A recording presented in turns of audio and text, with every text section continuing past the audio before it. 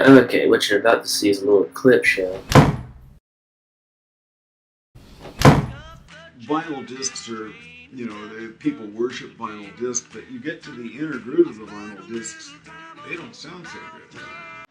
And I'm going to be doing my own version of this later on, but for right now, I'm just going to show the clips in sequence with little interludes and give full credit to the channels that have produced the content. So anyway, here we go. Discs have a bit of a geometry problem.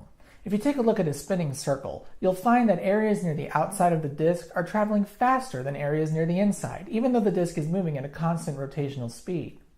It's very simple geometry, and it has to do with circumference. With a 10-inch disc at the edge, the circumference is about 31.4 inches. If the disc is moving at 60 RPM, then it completes a circle in 1 second, and the speed at which it's traveling at the edge is 31.4 inches per second. But as you approach the center, it slows down. At 1 inch into the disc, now the surface is moving at 25.1 inches per second, because the diameter of the disc 1 inch from the edge is 2 inches smaller. We would calculate this new circumference by multiplying pi, about 3.14, by 8 inches, our new diameter, and we get 25.1 inches. Go in another inch, and now our diameter is only 6 inches, which gets us a speed of 18.8 inches per second. So as you can see, the speed at which the surface is going past a point on the circle is slowing down as you approach the center. Even the rotational speed remains constant. This would mean that in a disc record, the speed at which the groove was traveling underneath the reproducing needle would slow down as the record progressed. Okay, so that was Technology Connections. Next one is going to be by a guy named Tab Patterson. So let's see what he has to say about vinyl records and the audio frequency issue.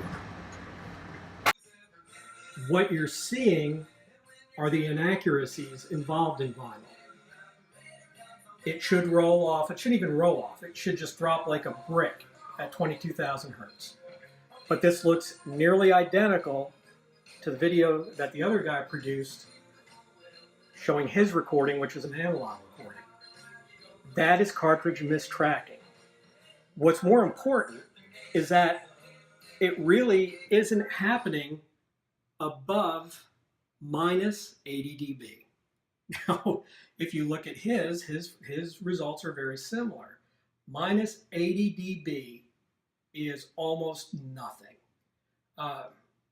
Most music recorded these days, unfortunately, the brick wall method puts everything up at 0, but usually everything is between 0 and 24 dB. When you get down that low, that is almost a noise floor. In fact, anything really below 50 in the analog world, you're just starting to get into noise. But again, that album should have no frequency above 22,000 hertz. And you just saw what clearly looked like musical content there. But it's not. It is simple cartridge mistracking. Don't get me wrong, I love vinyl, okay? You saw the equipment that I have. I've got both. But I also like the truth from time to time. And it's not really an accurate comparison to say, look here, you see this? This is why vinyl is better. Number one, you can't hear that. And number two, at that level, it's unimportant material. Okay, the final one is from Vinyl Rewind, and this is a snippet, a couple of clips that I edited together from his show, which kind of talk about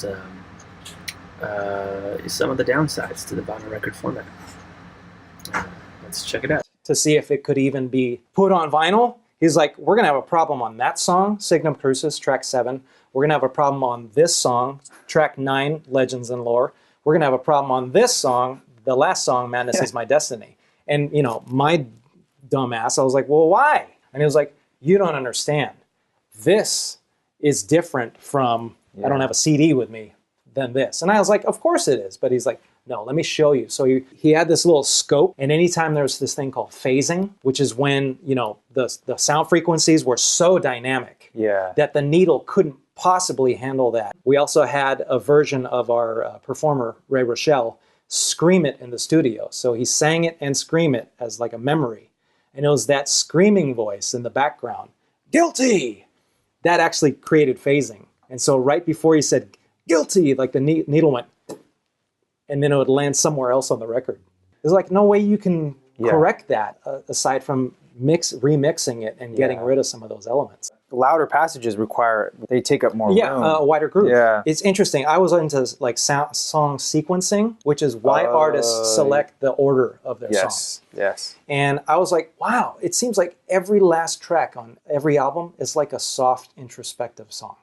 Why is that? Well, if you think about it, one side of an LP can you max get 17 and a half minutes on there. As you get closer to the center, Yeah. the arm has a different angle, and the needle's experiencing different torque inside that groove. So basically, you're going to have more success at delivering the soundscape that you want as an artist if the closer you get to the needle, the softer the song is. Oh, the center of the spindle? The center, Yeah. So, you're going to have your best power tracks out here, Mm-hmm. and then you get to that center, and that's where you're going to have your introspective ballad.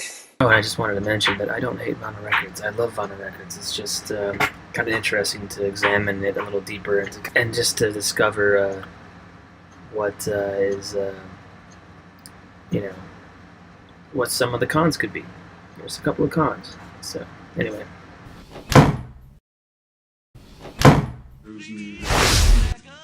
Vinyl discs are, people worship vinyl discs, but you get to the inner grooves of vinyl discs, they don't.